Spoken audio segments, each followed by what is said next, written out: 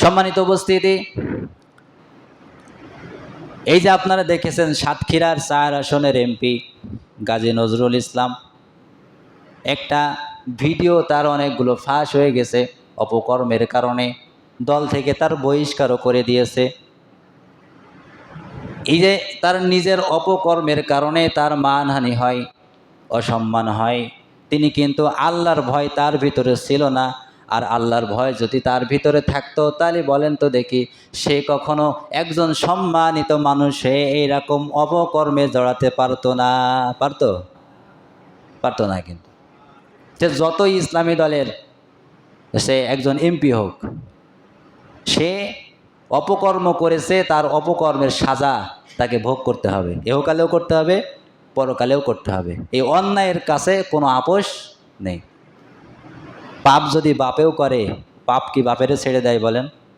কখনো দেয় না। ইতিহাসে এমন কোনো নজির নেই। সে যত বড়ই আল্লাহওয়ালা হোক না কেন, হুজুর বুজুর্গও নেই, পাপ যে করবে সে পাপী।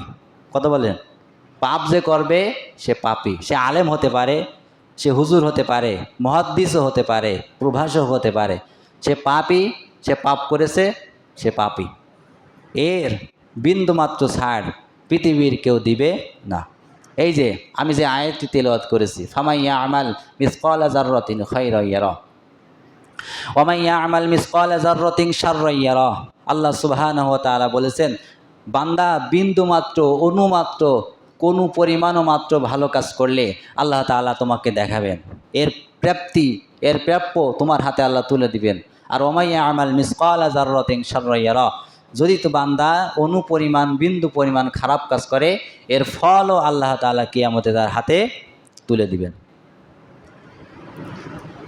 সামান্যতম যদি এই দুনিয়ার এই ক্যামেরা, মোবাইল এবং ইন্টারনেট, এই ক্যামেরার মাধ্যমে আমার আপনার অডিও ভিডিও, ঘরের ভিতরে কি করলাম অপকর্ম, এটা যদি পৃথিবীর মানুষ, সমাজের মানুষ, দুনিয়ার মানুষ অপকর্ম দেখে যদি আমার এমন দশা হয়, তাহলে বলেন তো দেখি, আল্লাহ তাআলা যে আমাদের বানালেন, আমাদের কাছে, আল্লাহর কাছে কি আমাদের জন্য সিসি ক্যামেরা নেই?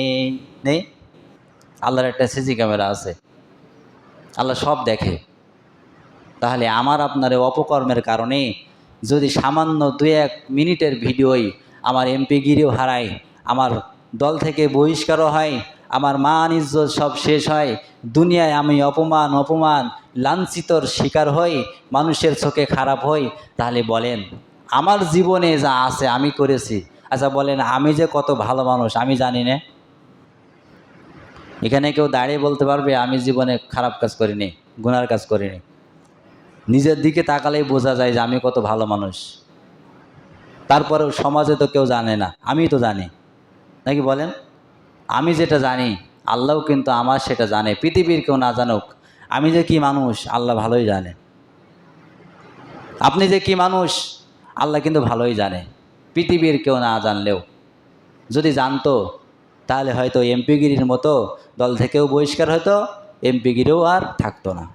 এত ভালো মানুষ, আহারে মুরব্বী মানুষ, মুখে দাঁড়িয়ে আছে, কি করে কাজটা করতে পারলো বলেন?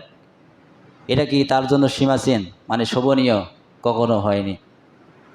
এই যে আল্লামা সাইদি বলছিলেন, ফুল বাগান ধ্বংসের জন্য একটা ভুতুম বেচাই যথেষ্ট। যাই হোক, তার পাপের ফল সে পাবে। সর্বোচ্চ পরিমাণ দলের যেটা কর্তব্য ছিল সঙ্গে সঙ্গে তাকে বহিষ্কার করেছেন। আর এর থেকেও দল কিছু তার করতে সক্ষম হবে না, পারবে না, কেননা ক্ষমতায় তারা নেই। এই জন্য ওই রকম মানুষের দরকার নাই। যে একজন লুচ্চ হয় সে এমপি কি করবে বলেন? একজন লুচ্চর কাছে কি দেশের মানুষ নিরাপদ হবে? হবে বলেন? হবে?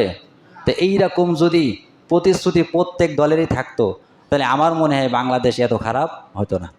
অন্যান্য দল তো পারবে না।